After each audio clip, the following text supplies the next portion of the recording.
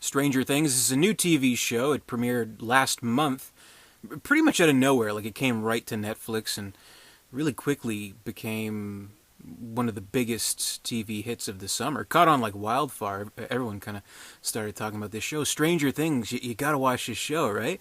So I got to say, it's really impressive. It's a good show, and pretty much what everyone said about it is definitely true. Like, it does have that old school kind of feel to it, like something from the 80s. It is set in the 80s, kind of like a mix of Spielberg stuff, John Carpenter stuff, Stephen King stuff, a little bit of David Lynch Twin Peaks to it, X-Files, all that kind of stuff. You name it, it kind of borrows themes and borrows tones from those kinds of things, but still being wholly original in its kind of grand vision of things, which is really cool because kind of, doing the whole callbacks to other things can really only get a show so far. And kind of what made me think going into that with that mindset was there's an episode a little bit later, like basically what the whole show is about. I mean, it's actually kind of a hard show to describe without either going into not enough detail to really say what it's about, or going into like needlessly too much detail by explaining every single character and every single plot point. But basically, it's about this small town. It's set in the 1980s, early 80s. I think 1982 is when it was set. This small town, it's being kind of terrorized softly, quietly by this creature, this entity that sort of lives in a parallel dimension, and there's a whole government conspiracy. There's law enforcement involved. There's a group of kids involved whose friend goes missing because of this creature, and very kind of different lab experiment kind of kid who kind of comes into the mix and plays a key into it. So kind of that's basically what it is.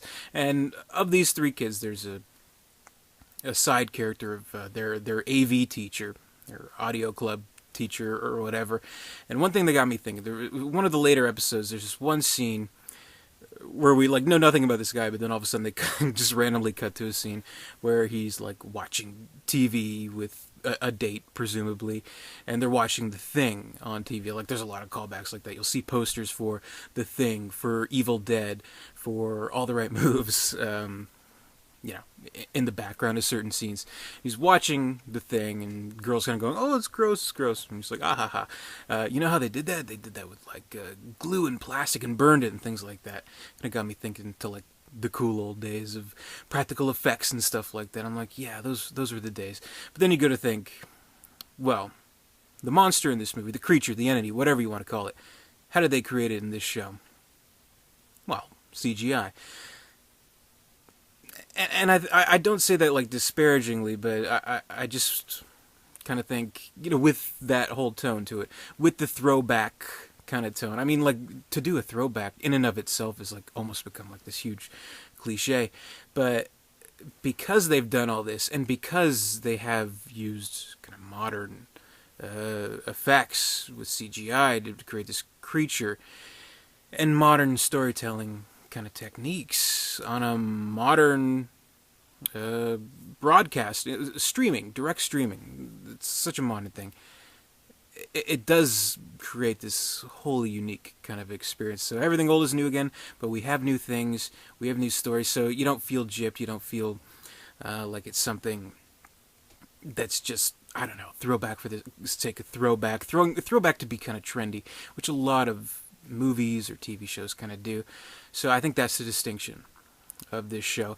And it's from these writers, directors, producers, whoever, the Duffer Brothers, who I've never ever heard of before this show, which I'm sure a lot of other people will kind of make that claim too, like the Duffer Brothers, who the fuck are they? But they've really kind of put their flag in, man. They've really let themselves be known with this great talent, because that's really what it is. I mean, it's not just all that in a broader sense, obviously, but in just the way, like, how they tell the story.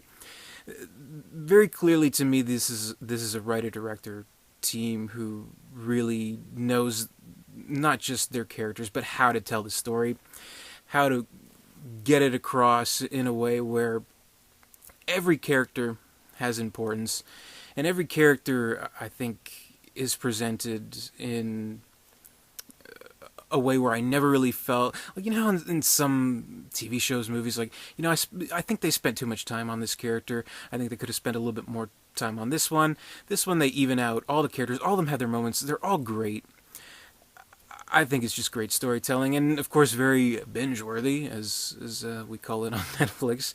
8 episodes, about an hour each, goes by real fast.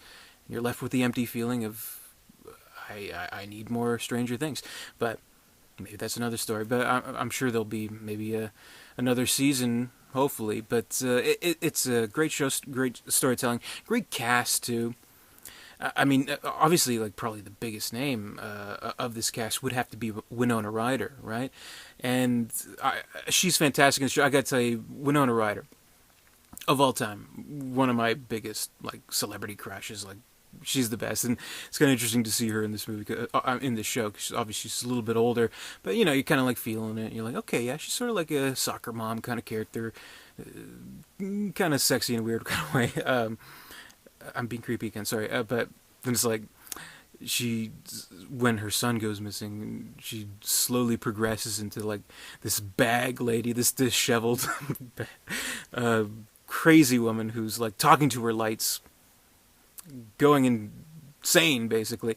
But then like she gets like a second wind where she becomes super super determined, puts on like the leather jacket. She's like, I'm gonna get my son, motherfuckers, and she's really good. She's fantastic in the show. I think she's gonna get an Emmy nomination for her performance here. I really think she's great, and there's also there is other actors like David Harbour, who's, I don't know, he's one of those actors who you're like, his face, you've seen him in other things, but can't really quite say, oh, he was great in this. But here it's a lead role for him. He's fantastic, playing the sheriff. I think the pairing of the two was really, really good. And I thought Ted Danson was fantastic on this show. Then I realized it wasn't Ted Danson. It was Matthew Modine. Oops. No, but he's great in the show. And really, when you think about it, I was kind of like thinking back to it. I'm probably going to rewatch the show, but in the first couple of episodes, he doesn't really say that much, does he? He like barely has a line of dialogue. But you see him kind of like this full suit, this trench coat, the white hair, real serious look on him. And that's like a really commanding kind of presence. So he doesn't have to say anything really, but when he does say something, you'll notice that like you really lock into it, because he's so soft spoken, but so kind of commanding. It's really a great performance actually. I think he's a great character, and he's one of those characters where like, okay, is it really a bad guy? Is it not? Well, I don't know, but as someone who really, really hates child actors, I gotta say the kids in this show, they're fantastic. The three main kids, they're really, really good. I really like the kid. I think Dustin's his name, where he doesn't have the teeth in or something like. He has like, I forget what they call it, the medical issue, but so it's talking to yes, guys, we gotta get the pudding or whatever, But I gotta say, standout, gotta be the actress, because the kid who plays 11, or they call her L for short. She's the science experiment kind of gone wrong, with the kid with the crazy powers, She's fantastic. Probably one of the best performances from a child actor of recent memory. I mean, such a kind of traumatized aura she brings to the character, but with this hopefulness, really, really frank in her performance, really sincere, and you just stop and think, holy shit, this is a kid, and that's tremendous. I thought she was great. I think she should get an Emmy nomination, or if awards matter or anything like that. But Elle is a really cool character. She's like kind of like part X-Men, part Firestarter. I don't know the best way to put it, but yeah, that's the thing. It kind of reminds you of all these Stephen King, John Carpenter kind of things. Like even like the text, like every episode of the title Needful Things will pop up, and it almost looks like the title from a cover of like a Stephen King book. So I thought that's kind of interesting. Really cool music too, like really throwback 80s kind of stuff, like synth kind of stuff. It's as if John Carpenter did the score for the movie, or for the show. I keep on calling it a movie because it feels really cinematic, And Yeah, I think it's a great show. Right now, we actually do not have news of a season two. Uh, so, kind of what I'd like to see. I mean, I would like to see the story continue because they kind of ended on sort of a cliffhanger, but sort of not. And you kind of think, well, is this going to be an anthology thing? Is it going to be a new story, like a completely new story, new actors, new characters, everything? You don't really know for sure, but I would like to see them continue the story because I think they left with just enough where, yes, we could finish this entire story. Has a beginning, middle, end. It's satisfying, but there's a little bit more, just like there is with any horror movie. Opens up for a sequel. So if I had to choose between the two, I would like to see the story kind of continue. Not without giving any spoilers or anything, but certain characters come and go. So I guess in some characters you're like, are they alive? Or are they not alive? Things like that. So I don't know.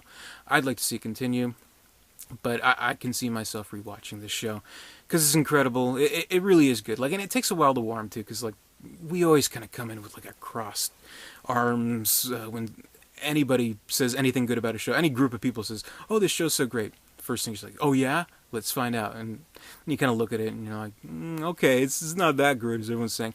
Then like 3 episodes in, it's like 3 a.m. Got like Cheetos on you. You're like, this is really good." But anyway, that's my review of Stranger Things, Netflix's new program. Another great hit from Netflix. I loved it. I love the throwback kind of charms to it, but I love the more kind of modern storytelling effects to it, and I thought the cast was terrific. So that's my review. Thanks for watching. Comment, rate, subscribe, all that good stuff. Visit Derek237.com, and until next time, I'll see you later.